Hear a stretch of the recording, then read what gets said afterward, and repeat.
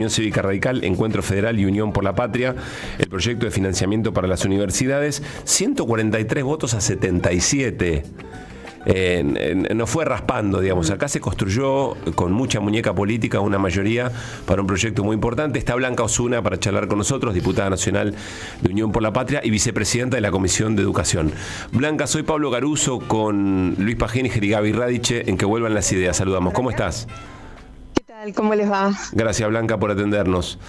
Bueno, balance de la sesión de este punto. Después te vamos a preguntar por la sesión en general, una sesión maratónica de muchos temas.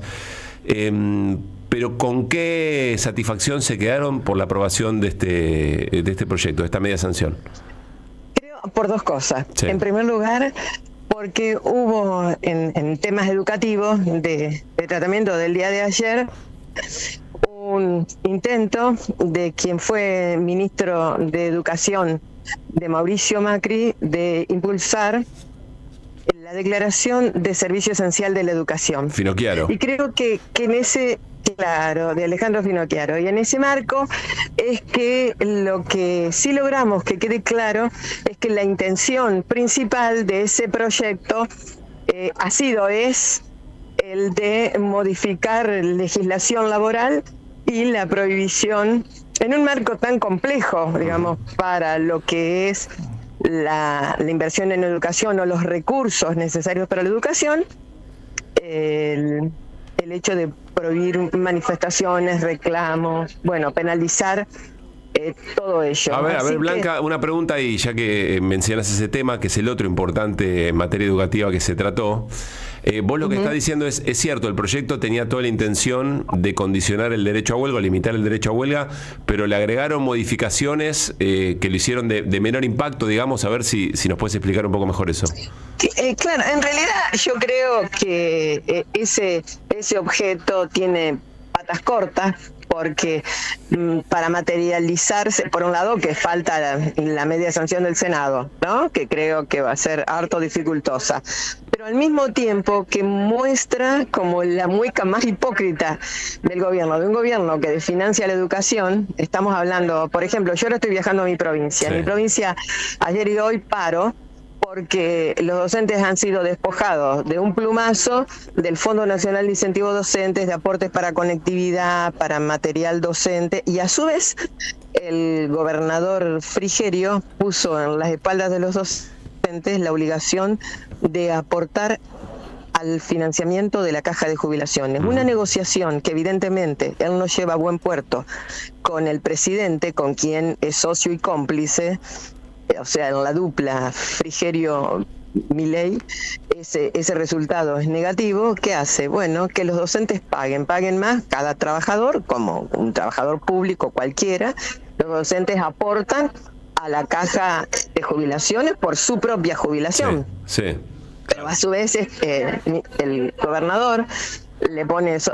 A ver, ustedes me preguntaron por lo bueno del proyecto que logró media sanción de financiamiento de universidades, y yo arranco por esto, porque creo que son la contracara de dos acciones que muestran una Argentina que es posible que se reponga. Ahí está el financiamiento para las universidades y los acuerdos posibles que legisladores y legisladoras de distintos bloques logramos sobre el marco de diversos dictámenes y de muchos proyectos respecto a la necesidad de las universidades argentinas y la crisis que están atravesando por problemas de funcionamiento, y al mismo tiempo otra parte del sistema educativo nacional, que es la educación obligatoria.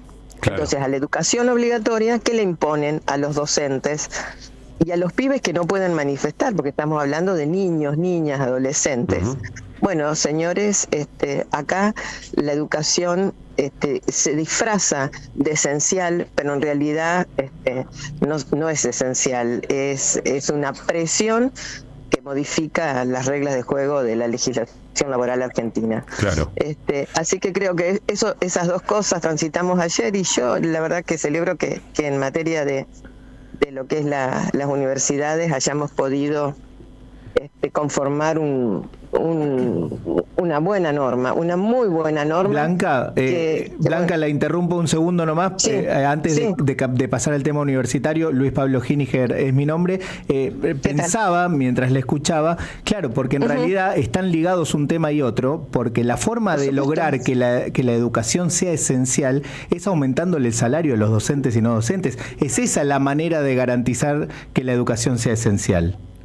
Y no solo eso, es desarrollar los programas de libros para alumnos y docentes, es sostener el Conectar Igualdad, es desarrollar los programas de becas, es no cortar todo lo que son las acciones de infraestructura escolar. En todas las provincias hoy hay escuelas que estaban en obra y están paradas, hay jardines, unidades infantiles que estaban visitadas y que han quedado sin el proceso posterior, digamos, que brinda el lugar donde la educación se desarrolla. Creo que en ese punto, la verdad que mentira que es esencial. Estamos engañando. Está claro. Yo creo que quedó claro por ese contraste, ¿no? Sí. Me pareció bueno que así sea. Sí, y que, bueno, quienes quieren engañar o confundir, le sacamos la careta. Blanca iba a explicar cómo es el otro proyecto, el que obtuvo media sanción, y cómo funciona en todo caso el mecanismo de aumento salarial. Bueno, ustedes saben que hace relativamente poco tiempo vivimos todos una manifestación importantísima, eso fue en el mes de abril, el 23 de abril, donde la comunidad universitaria en general se manifestó reclamando financiamiento. Arrancó el reclamo por cuestiones básicas que tenían que ver con el funcionamiento. Esto es aspectos, de servicios, de eso estamos hablando, del pago de la luz, del gas, de mantenimiento de insumos para desarrollos investigativos. Eso fue el primer reclamo. Pero posteriores se fueron acumulando cuestiones que son básicas, digamos, recursos para extensión, para ciencia y tecnología que las universidades albergan y que son importantísimas, porque ahí hay centros e institutos de producción de conocimiento diverso que la Argentina necesita. El potencial que tienen las universidades para el desarrollo del país es impresionante. Entonces, todo eso iba quedando como cristalizado en un punto donde los recursos hacían desmoronar todas las iniciativas.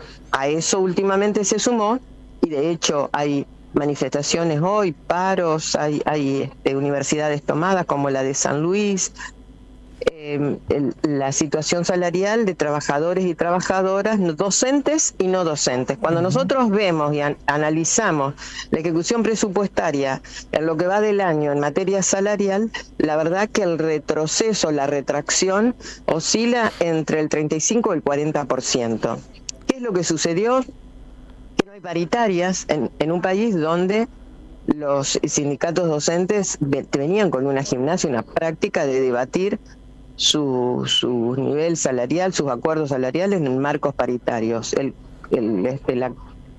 gobierno no convocó, la secretaría, o Torrendel, o quien sea, que tiene que tener responsabilidad, o la ministra Petovelo, que no sabe nada de educación, pero que bueno, que está a cargo de esa importante secretaría. El punto es que logramos entonces en dos artículos. Primero, el texto tiene sí una definición puntual y general sobre la responsabilidad del Estado Nacional para el resguardo del financiamiento. Ajá. Y después hay dos artículos que refieren a actividades del programa 26, que son estas actividades a las que yo refería. El 14, el 15, el 25, que son de funcionamiento, de extensión, de ciencia y tecnología. Y después dos artículos importantes de salario, referidos al salario. En ese punto, una referencia inicial la ubicamos en diciembre del año 23, porque ahí se había producido un desfasaje con el arrastre de la inflación y sobre todo el quiebre que implicó la decisión recién asumido Milei de devaluación. Claro. Entonces perdió mucho poder adquisitivo el salario. Entonces el salario, la verdad que el salario viene, digamos, comprimido por diversas cosas. Entonces hay un dato, nosotros tomamos el dato de la inflación, pero en realidad el indicador de inflación está dando menos cuenta, cada vez menos cuenta de una realidad que desguaza los bolsillos, porque está el tema del transporte, el tema de los alimentos, en fin. Yo creo que de todas maneras lo resolvimos bien, porque además ese artículo lo que plantea es ese punto de arranque de diciembre y después la evolución del resto del año, o sea, del 2024. El gobierno tiene que ingresar al 15 de septiembre el nuevo presupuesto, nosotros lo vamos a analizar, eso sería en perspectiva para el año que viene ya.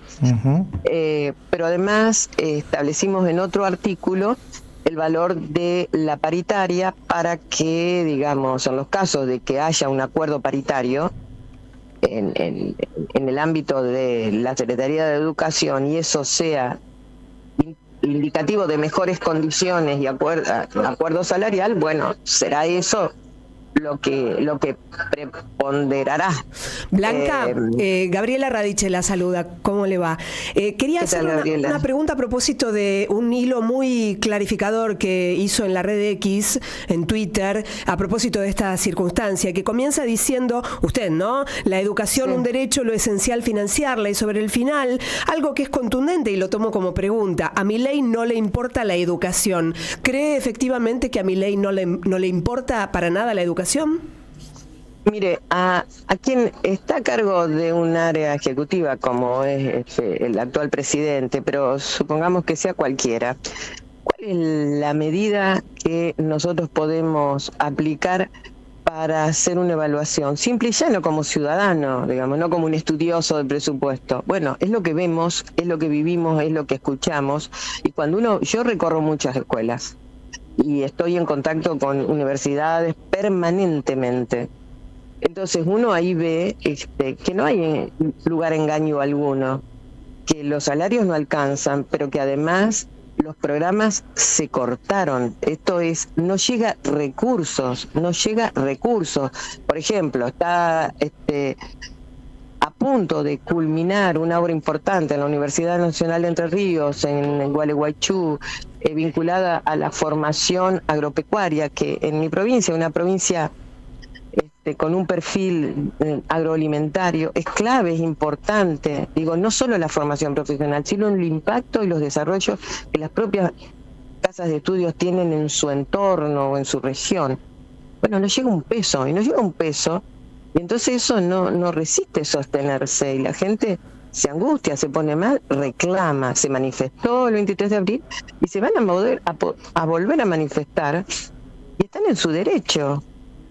Hay muchos estudiantes que van dejando las carreras porque no se pueden sostener por el incremento del nivel de vida, pero alquileres, transporte, cosas básicas, alimentos, fuera de la vivienda de su familia, y al mismo tiempo van a una universidad que no les ofrece el material o las cosas para su desarrollo.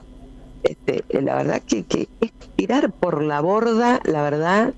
La Argentina en la región y en el mundo es un ejemplo en materia educativa, en sus avances, en su desarrollo. Blanca, quiero hacerle dos preguntas de lectura política de la escena. Esto es profundamente político, no estoy diciendo que no, pero más allá de lo que efectivamente se votó. La primera es, ¿cómo evalúa la posibilidad? Por supuesto, esto tiene que ir a Senado, y la mirada va a estar puesta en el Senado, porque junto con el tema de jubilaciones, va a estar la expectativa de si el gobierno, sancionada la ley por completo, si el gobierno se va a animar a vetar, digamos, ¿no? Ya ha dicho que todo lo que rompa el superávit o las cuentas del Estado lo va a vetar. ¿Cómo está viendo esa escena? Mire, yo creo que, acá es todo muy dinámico y no está sentado en un solo actor, más allá de la natural preponderancia que tiene la responsabilidad de ser titular de la presidencia de la nación, en el caso de Milei. Sí.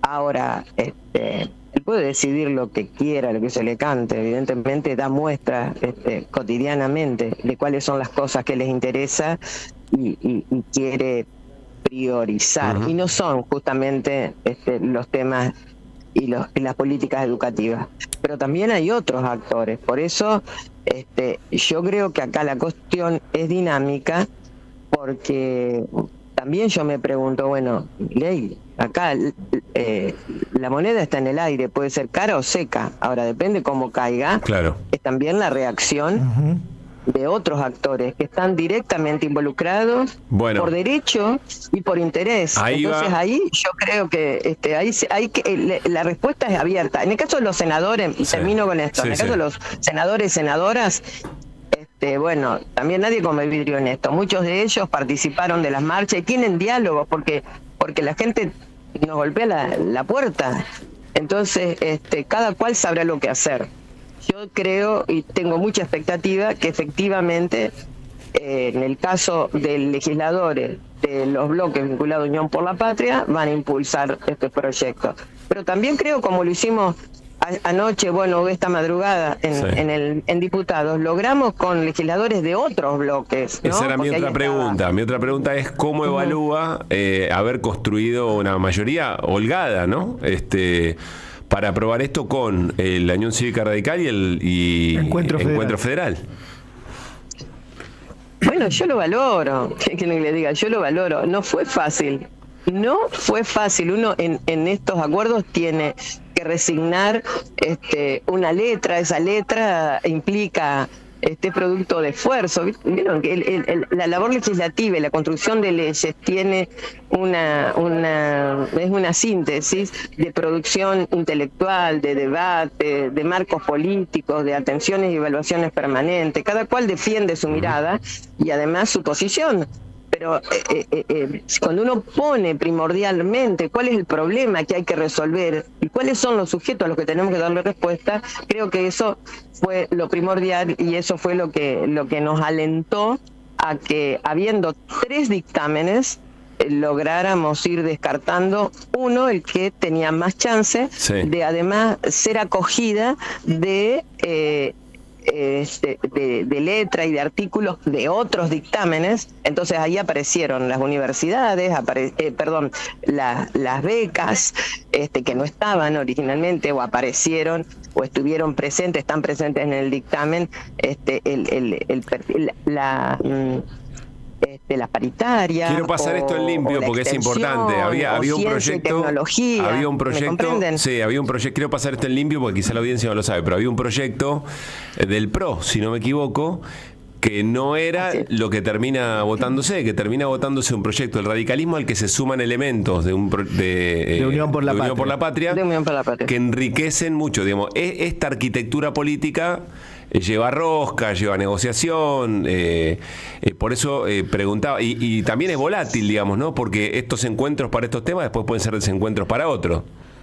Bueno, pero por ejemplo, ayer entre las discusiones que íbamos teniendo aparecía, porque hablábamos en realidad de políticas importantísimas como son las educativas, pero también de recursos, y uno pone la lupa sobre la evolución de los recursos de educación, pero también habrá interrogantes sobre qué pasa con los 100.000 millones de pesos que están afectados para la CIDE, cuando a modo quejoso algunos legisladores, sobre todo los que estaban más remisos o no votaron en contra o se abstuvieron, planteaban, bueno, pero acá falta, ¿de dónde va a salir? ¿Cómo de dónde va a salir? Este latiguillo que tan gracioso pareció al inicio, usado por el presidente cuando plantea no hay plata, lo que nosotros estamos viendo, y eso es importante correr el velo para todos, es que sí hay plata. El tema es qué es lo que se prioriza. Claro, cómo se reparte. Cómo se afecta. Claro. Cómo se reparte, exactamente. Blanca, muchísimas gracias. ¿Ya está camino a Entre Ríos? ¿Está esperando el colectivo? Sí. ¿En qué situación está? Estoy, la verdad que estaba sin dormir, pero bueno, quiero volver a mi provincia porque tengo cosas para hacer. Pero no tiene que manejar, me imagino, ¿no? No, estoy en el aeroparque en este momento, esperando el avión a Paraná. Bueno, a Paraná que es 1 hora y media, 2 horas, ¿cuánto tiene? 1 hora. Y no llega a siesta. No llega a siesta, va a tener que descansar. En el avión, sí, en el avión. Bueno, ya estoy, pero como estoy contenta, estoy orgullosa que podamos hacer estas cosas y también con toda esa expectativa que abre el hecho de, bueno, ¿qué va a pasar ahora? Esto que ustedes preguntaban, ¿qué va a pasar? ¿Qué va a pasar en el Senado? ¿Qué va a pasar con el Poder Ejecutivo? ¿Qué va a hacer? ¿Qué va a decir? ¿Y qué va a hacer la gente? ¿Qué van a hacer los sindicatos?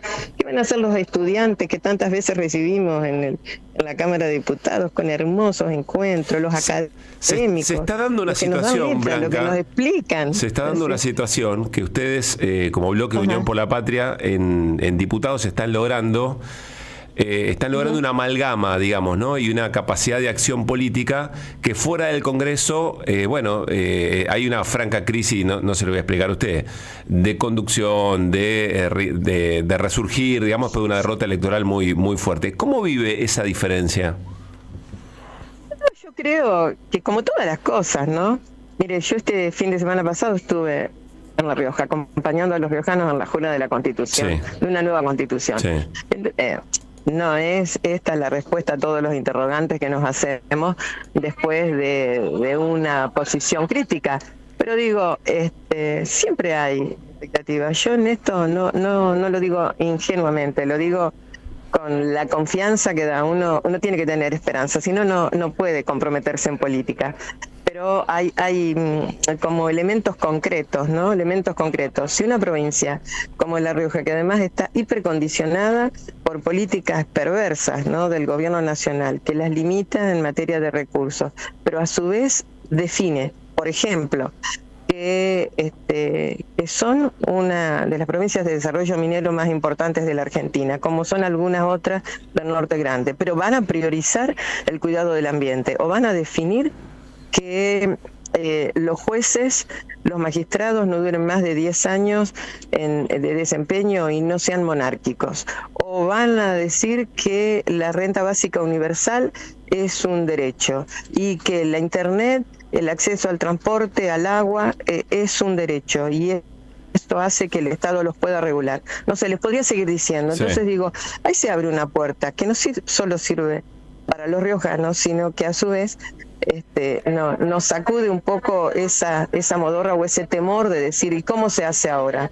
Yo creo que en particular el peronismo y el campo nacional y popular tiene muchas chances en su proceso de reconstrucción después de lo que implica no perder una elección. En eso estoy plenamente segura.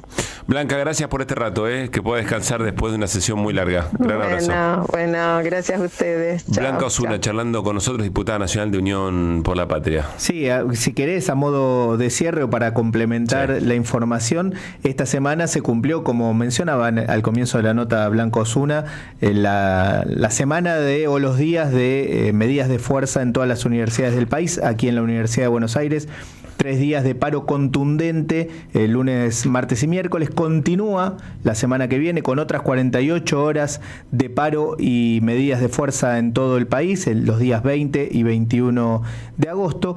Pero quería mencionar en relación a la discusión salarial, desde mayo que no se convocaba, esto nos lo contó al aire Francisca Staiti, la secretaria general de Conadu Histórica, desde el 28 de mayo que no se convocaba a reunión paritaria o a discusión paritaria a los docentes universitarios. Ante la convocatoria al paro y las medidas de fuerza, se hizo una reunión de emergencia convocada por el Gobierno Nacional el viernes pasado. ¿Saben cuánto les ofrecieron en esa reunión paritaria? 3% de aumento para agosto, para el mes de agosto, y un 2% para el mes de septiembre. Ese fue el ofrecimiento del Gobierno Nacional. Ya había dictado por decreto unilateralmente un aumento del 4% en relación a julio. Claro, cuando escucharon la propuesta paritaria, dijeron, ratificamos todas las medidas de lucha. Claro. Por eso es tan importante que se esté discutiendo ahora, con esta media sanción, por ejemplo, un proyecto que garantice el financiamiento